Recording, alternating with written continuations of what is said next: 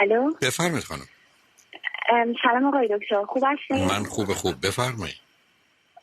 صدام خوب میاد؟ صداتونم خوب میاد. ما دوتا میتونیم به هر حال شاید بخوانیم. بفرمایید. اوکی، مرسی. آقای دکتر، اول میخواستم بگم که خیلی دوستتون دارم و خیلی خوشبختم از اینکه تو زمانی زندگی میکنم که شما هم هستین. ممنونتون هستم به خاطر تمام مهربونی‌ها و خوبیایی که میکنین. در ضمن من چون از 12 سالگی تو ایران نبودم، تو انگلستان زندگی کردم، ببخشید اگر که خیلی شاید خوب نتونم خودم رو بیان بکنم. نه، اون حرفایی که زدید خوب نبود، ولی خودتون رو خوب میتونید بیان کنید. بفرمایید. خوب بود آقای دکتر. اوکی آقای دکتر، ولی توی پرانتز قبل از اینکه شروع بکنم من باید یه کاری بکنم، چون بابای من برنامه شما رو خیلی دنبال میکنه و خب این جورایی هم یه بلسینگ توی خانواده، هم یه کرس. میخواستم که به بابام بگم که اگر که میشنوه لطفاً هر موقع که شناخت صدامو لطفاً قطع کنه، چون که اینجا من اومدم کمک بگیرم و در ضمن مثل اینه که من دارم همون میگیرم، مثلا بخواد از تو سراخ نگاه بکنه. لطفاً برو بابا هر موقع که شناختی سمت اگه شک داری. آره تموم شد. بخشید باید این کار میکردم. خب بفرمایید. آقای دکتر، راستش مهمترین چیز الان توی زندگی من درسمه که میدونم تنها چیزی باید باشه که من بهش فوکس میکنم، ولی راست که بخواین دلیل این که میدونم دارم استراگل میکنم به خاطر بیشتر میگم مسائل روانی، مثلا همین فکرم کرکتر از این در برم داخل، با این که مسئله زندگی من الان درسمه. شما چند سالتونه؟ چند سالتونه؟ من 27 سالمه. بعد سال اولش PhD هستم آقای دکتر توی یکی از نمیدونم top 20 in the world، ولی توی یکی از شاخه‌های کامپیوتر ساینس. ولی بهتون بگم I'm the real imposter، so جدی نگیرین، همیشه از یه سوراخی موفق شدم. به هر حال آقای دکتر، نمیخواستم باعث بکنم کانورزیشن رو بعد یه دایرکشن بهش بدم. میخواستم با این شروع بکنم که اگر که چون من با شما یه مقدار آشنا هستم، با CVاتون و کنفرانستون توی لندن اومدم چند تا شو، و چیزی که از بین تمام بیماریایی که فکر میکنم یه جایی توی اسپکترومش هستم، چیزی که بیشتر از همه چیز به هم میخورد هیستریانیک بود که همه جاش به هم تقریبا میخورد و میخواستم ازتون بپرسم که چطوری اول با این شروع بکنم قبل از اینکه بریم دیپتر. چطوری میتونه به قول شما وقتی که خب دارین نمایش میدی خیلی سخته که درس بخونی و کارتو انجام بدین، ولی واقعا چقدر میتونه این جدی توی جای دیگه زندگی من تاثیر بذاره؟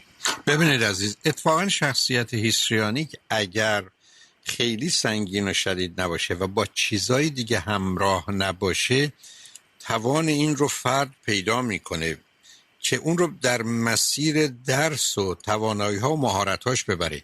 چون آدم هیستریانیک در حقیقت هیجانی و نمایشی اگر یه راهی رو پیدا کنه که بیش از راه دیگه مورد تایید و تصویب و به هر حال رضایت دیگرانه، خب اون انتخاب میکنه، سختیاش هم قبول میکنه. شخص هیستریانیک اگر رفت توی بدن سازی روزی 6 ساعت ممکنه بره توی جیم، ممکنه 10 دفعه بره زیر چاقو یا کارد جراحی.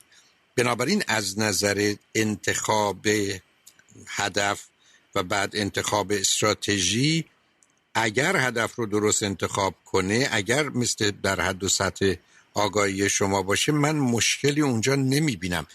شما نارضایتی مقدار از خودتونه عزیز، یعنی بی خودی دارید. عین شنونده اول متاسفانه به دلیل فشاری که ای بسا با توجه به حرفی که زدی در خانواده بوده، اونا اومدن تو مغز شما نشستن، دست از سر تو برنامه. دانشجوی PhD هستید، 27 سالتونه در یکی از بهترین دانشگاه‌های دنیا. این بیش از حده. It's more than enough. همون شد. بنابراین اصلا دیگه ما اونجا بحثی نداریم. و اگر نه صبر کنید، و اگر استراگلی گرفتاری در درون دارید، عادی عزیز. یعنی این درست مثل آدمی است که پشت فرمونه، هی باید بره به چپ بره راست، سرعت کم کنه زیاد کنه.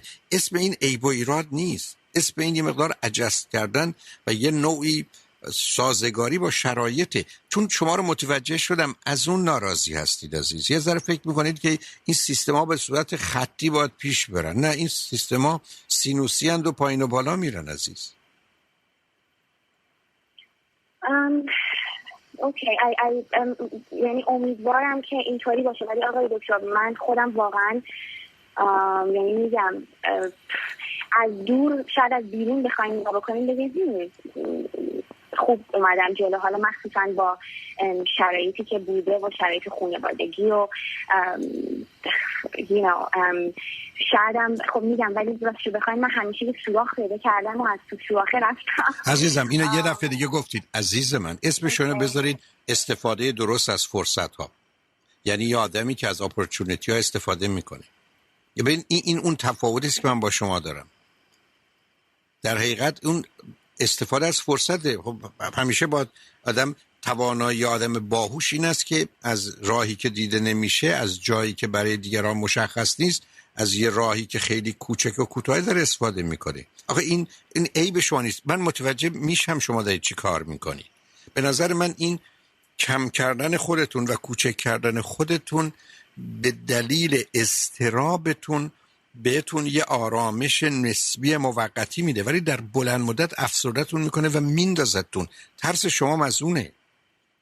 ببینید این نگاه انتقادی رو به خودتون نداشته باشید. شما تو این دنیا نیومدید که کارهای عجیب و غریب کنید. شما اومدید زندگی کنید، بعدن گفتن بهترین کار اینه که یه دانشی، یعنی یه آگاهی و دانایی پیدا کنید که با اون یه توانایی پیدا کنید که راحت‌تر بتونید زندگی کنید.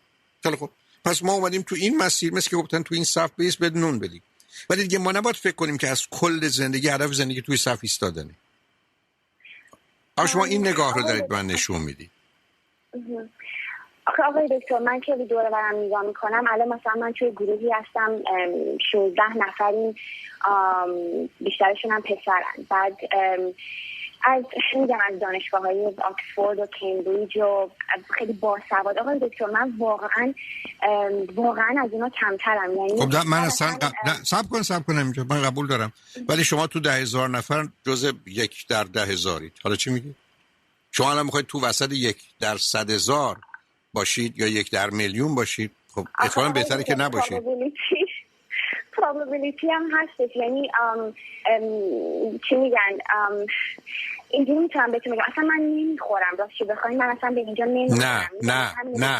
نه صبر کن عزیزم. شما ظاهر آرام دیگران رو با دنیای درونی طوفانی خودتون دارید مقایسه میکنید. از حرفاتون پیداست. من میرم تو مهمونی‌ها میشتم، میبینم 20 نفر دور تا دور نشستن، وای همه آرام با لبخند خوشحال، ولی اگر یکی بره دل اونا رو چک کنیم نه مثل سیر و سرکه داره توش میجوشه. شما دارید ظاهر آسوده اونها رو با درون طوفانی خودتون مقایسه میکنید. شما دارید ببینید، شما دارید جواب اونها رو به موضوع میبینید، متوجه نیستید که تردیداشون و ترسشون از دادن اون جواب کجاست. بعد وقتی خودتون میخواید جواب بدید یه آدم دودلی دارید و ممکنه خوبم نباشه. به علاوه اصلا من فرضو که دیدید با شما چه کردم، گفتم اصلا شما از اون 16 تا بهترید. قبول، ولی اون 16 تا جزو 1 در 100,000 خیلی خوب. اصلا اونجا معنی دار نیست. statistically is not significant. یعنی از نظر آماری اصلا معنی نداره عزیز. این نگاهتون غلطه. به علاوه من اگر رفتم خواستم قهرمان 2 بشم در جهان، توی المپیک رفتم 10 نفر داریم میدویم، من اتفاقا نفر 10 شدم که من نفر 10 تو 7 میلیارد.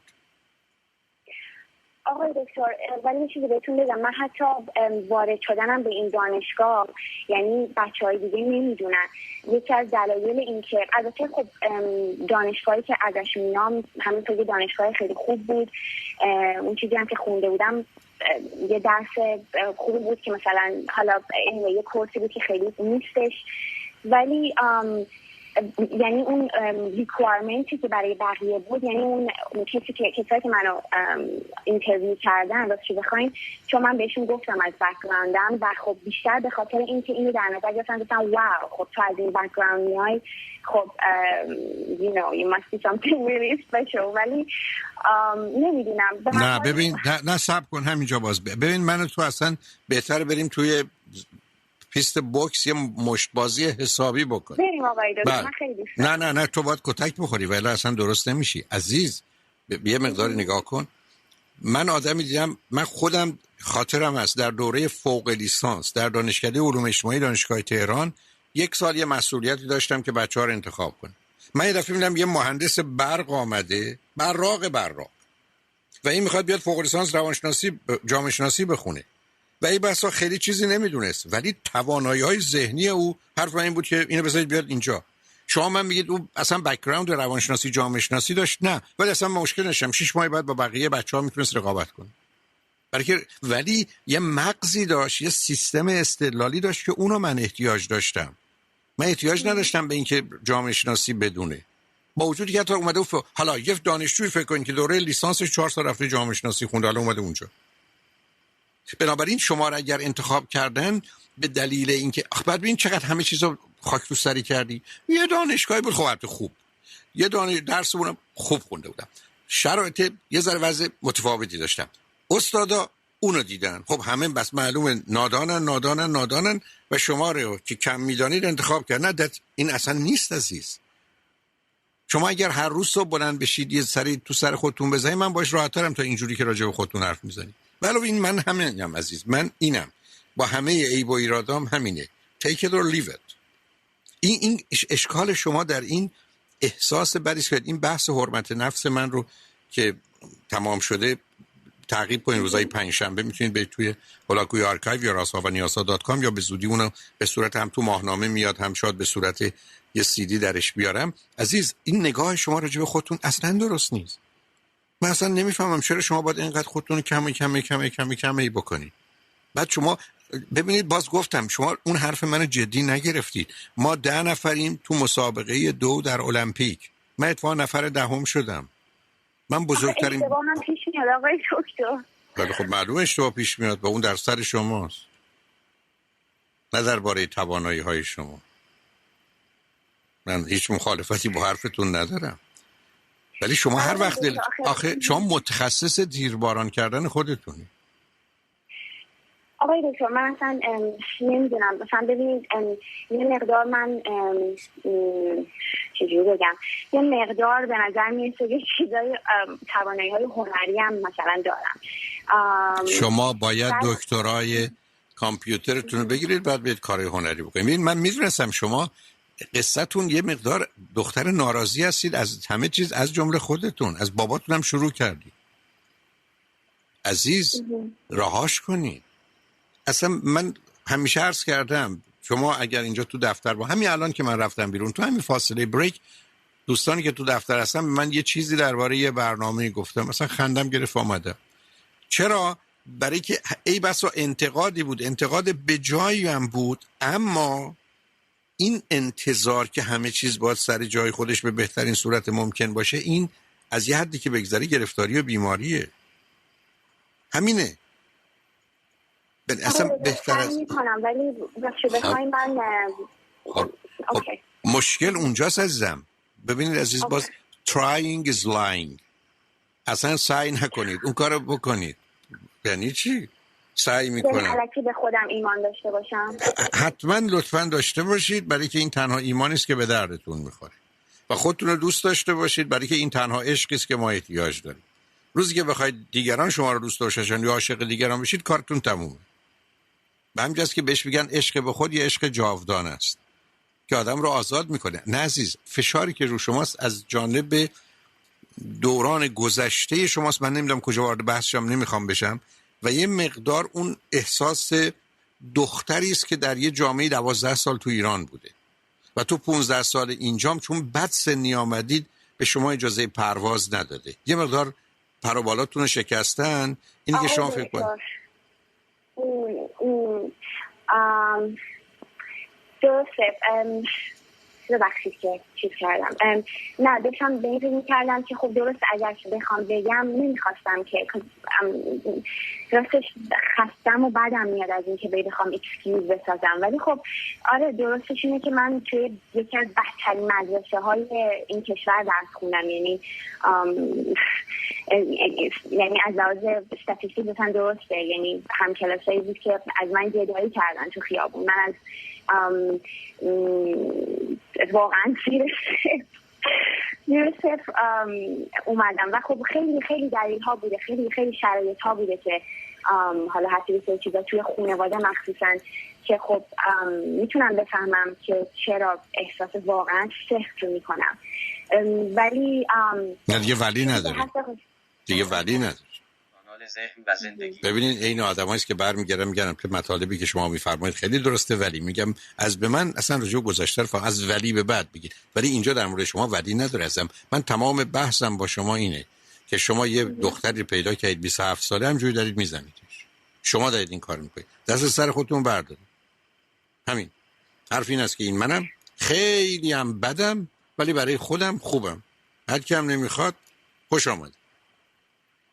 آقای دکتر راستش حال روانی من خیلی خوب نیست. معلومه. نه اونا رو میدونم عزیز. با حال روانیتون به خاطر این است که شما اون انتظار و توقعی که از خودتون دارید، اون اکسپکتیشنی که راه انداختید از پا درتون میاره، برای که شما معلومه با یه اضطرابی، با یه زمینه ای بسا وسواسی که شاید ارثی هم باشه روبرو هستید و بنابراین موضوع شما اوناست و اون اضطراب و وسواسه که خطر افسردگی داره و تمام تلاش شما مانند کسی است که سوار دوچرخه شده ای پا میزنه برای که میدونه اگر پا نزنه میافته. دقیقاً آقای دکتر همین میخواستم بگم که من فکر میکنم از همون مغزایی دارم که شما میگفتین با چیزای معمولی. آره نه با چیزای معمولی نمیتونه، یعنی آقای دکتر من که به گذشتم نگاه میکنم، من شما اگر که من توی تینیج بودم میدیدین اصلا باور نمیکنی الان من اینجا باشم. نه مطمئنم تینیجر خیلی دیفیکالت بودم که اصلا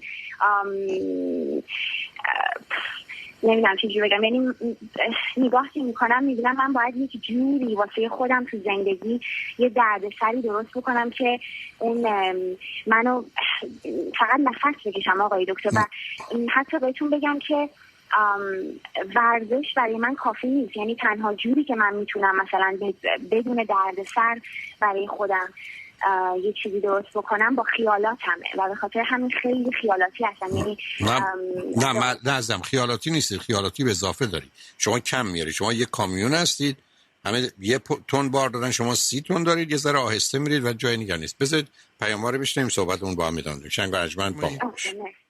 سلام آقای. سلام عزیز. بذارید من از شما چند سوال بکنم. سوال اول این که شما چند تا خواهر برادر دارید، چندمی هستید؟ من برادر 8 سال بزرگتر دارم. اوکی. به من بفرمایید برادر چی خونده چه میکنه؟ برادرم مهندسه. اوکی.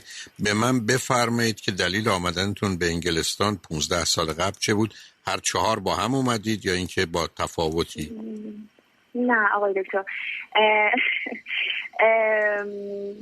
پدر مادرم از همدیگه جدا شدن، بعد مامانم یه جوری ما رو آورد، بعدم بابام اومد، بعدن اوکی. شما من بگید که در چه سنی شما بودید پدر مادر جدا شدن؟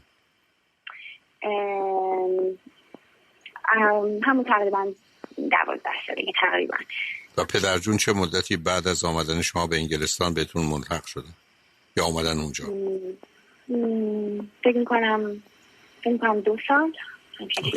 خب ببینید عزیز، وقتی که بچه‌ها از یه خانواده میان پدر مادر اولا یه جنگایی بوده بعد جدا میشن، خب بچه‌ها اونجا آسیب میبینن. این آسیب تنها به خاطر جنگ و جدایی نیست، احساس بدی است که راجع به خودشون میکنن، چون بچه‌ها تو اون سن سال پدر و مادر یه جزئی از بدن روانیشونن و هم از این که هر کدوم رو خوب یا بد بدونن، هر کدامشون رو مسئول و مقصر بدونن. یه تیکه از دست راست شما فرض کنید پدرتون، دست چپتون مادرتونه و بنابراین وقتی که اینا خراب باشن، خب من هر جا که میرم دست راستم یا دست چپم یا هر دو خرابه.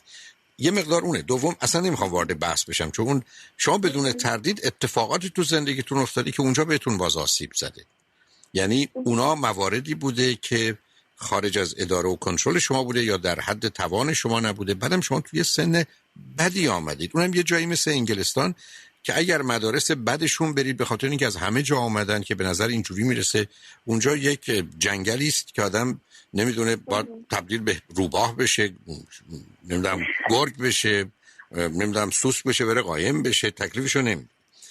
اگر رفتی توی جایی که ذره به قول معروف اون دماغ سربالایی انگلیسی هستن که خب هیچ اصلا شما اونجا برای خودتون قلقلی میخوردید، ولی شما با وجود این چون خودتون اشاره کردید از تمام اینا این گونه سرافراز بالا اومدید که توی بهترین دانشگاه‌های دنیایی و خب این نشون دهنده اینه که حداقل اون چیزی که به مدرسه مرتبطه که به عنوان یه دانشجو برای شما مدرسه اونجا هستید. خب بعدم با وجودی که 12 سالگی آمدید فارسی رو در حدی صحبت میکنید که کاملا نشون میده هم توانایی هوشی شما رو هم به هر حال یه مقدار توجهتون رو. بنابراین البته برنامه‌های شما خیلی کمک کرده. اوکی، حالا به هر حال یه چیزی قراره کمک بکنه. اون چیزی که مورد نظر من هست قضاوت نظرتون راجع به خودتون اصلا منصفانه و عادلانه نیست. اصلا you're not fair to yourself. اصلا. و بعدم گفتم عزیز اصلا من شما رو ببینید باز دارم این حرف رو میزنم. همه ما وقتی میخوایم حرف بزنیم هی نمیدونیم اینو بگیم اونو بگیم، این لغته اون لغته، درسته غلطه، ولی برای مردم که این معنا نداره. برای مردم میدونید این آدم داره این حرفا رو میزنه و اونا از این جدال درونی خبر ندارن. شما به دلیل یه مقدار خودآگاهی اون سلف اویرنستون متاسفانه بدجوری هی به خودتون میگید بفرمایید اینجا می‌خواست اینو بگی، بعد می‌خواست اونو بگی، بعد می‌خواست این کارو بکنید، بعد می‌خواست اون حرف، چرا این حرفو زدی، چرا اون حرفو نزدی؟ خب شما فقط از عهده خودتون اینجوری برمیاد، کسی دیگه که خبر نداره. و بنابراین چا بگو عزیز. آقای دکتر فقط چون میترسم برای وقت میخواستم ببینم من با این آقای دکتر من یه احساسی که میتونم بگم بدترین احساسی که از بچگی داشتم که نمیدونستم باش چی کار بکنم، حالا احساسای بدی دیگه بوده به خاطر اتفاقات بد، ولی احساسی که دلیل نداشته بردن آقای دکتر. من به شدت حوصله‌ام که سر میره خطرناک میشم، یعنی از هر چیزی میگم این خیالات اینو برای من اصلا I need to do it نه بذار من کمکت کنم. ببین عزیز، آدم عادی در شرایط عادی 7 خبر رو در مغزش میتونه پروسس کنه. یا آدم عادی در شرایط عادی 18 ثانیه وقت میخواد که خبر رو پروسس کنه. بنابراین در 1 ثانیه 126 خبر پروسس میشه. تو از اونایی هستی که 150-60 تایی. هیچ چیز تو رو پر نمیکنه. تو همیشه یه مقدار اضافه انرژی این دور برت داری و این گرفتاری توئه. حالا خطری که تو داری اینه که اگر نتونی با یه چیزی پرش کنی، مثل بچه‌ای مثل تو ممکنه در حالی که دارن کتاب میخونن یک تو گوششون یه گوشی بگذارن که یک موسیقی سنگین هم اونجا داره میزنه، چون 30-40 واحد از اون مثلا 160 تا اونجا 120 تاش هم میدن به کتاب تا بتونن توجه و تمرکز داشته باشن. وقتی اون 40 تا نباشه تو این ور اون ور میری و به همین جهت هست که من برخی از اوقات شما رو با هوش انحرافی میگم. یعنی شما تخصص دارین که تو جاده خاکی برید، یعنی تا یه جاده ببینید این جاده خاکی، بعدم یه مقدار میتونید ماجراجو باشید، یه مقدار یعنی ادونچریست، یعنی اصلا دنبال اونید و چالش رو دوست دارید. خطری که تو داری عزیز اینه که یه مرتبه فکر کنی برای آرام کردن خودت یا باید درگیر وسواس بشی یا درگیر مواد مخدر. یعنی اونه که بتونه سیستم تو رو خاموش کنه، اون خطر توئه. و به همین جهت است که یه احتمال دیگری وجود داره که کنار تو یه چیزی مثل دو قطبی یا بایپولار منیک دیپرشن داره حرکت میکنه. ای بس زمینه ارسی هم داره و تو وحشتت اینه که تو این جاده که داری میری بیفتی تو دره، در حالی که مثلا نگاه میکنیم بقیه مثلا جاده‌هاشون خیلی وسیع‌تره یا اصلا دور و برشون دره نیست.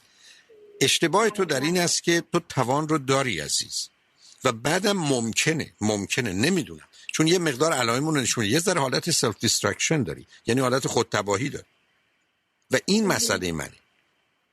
بله آقای دکتر، اینو یعنی دقیقا اگه بخوام براتون یه ایمیجی درا بکنم انگاره که دوست دارم لب دره را برم، چون اصلا میگم حالا هر جوری شده I don't know like حتی relationships فکر میکنم که وقتی که حوصله‌ام سر میره I fall in love like infatuation به خاطر اینکه یه چیزی باید بیاد.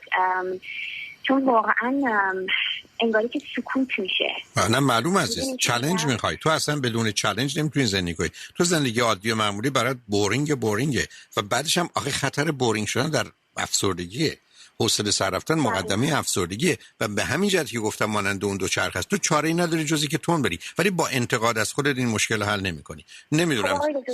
نه شما اولا نمیدونم CD خوشبختی من رو شنیدی یا نه؟ بله. خیلی خوب. اگر هست یه دو دفعه دیگه بهش نگاه کن عزیز و توجه داشته باش به این که تو مجبوری تو تجربه مطلوب اپتیمال اکسپریانس حرکت کنی. یعنی خارج از اون اصلا زندگی برات معنی نداره. به همین جاست که بسیاری از آدم‌ها هستن که ممکنه غیر عادی باشن، ولی به خاطر اینکه این سیستم رو باید این گونه حرکت، تو نمیتونی یه دونه صندلی بذاری روی یه تریلی 18 چرخ 300 تنی، یه دونه صندلی فرض کنین از لندن ببره منچستر. آخه تو همچین کاری نمیتونی بکنی. بسیاری از مردم همون یه دونه صندلی هم نمیتونن این ور اون ور ببرن، برای که براشون سنگینه. اشکال کار تو اینه که اصلا این مقایسه رو بذار کنار عزیز.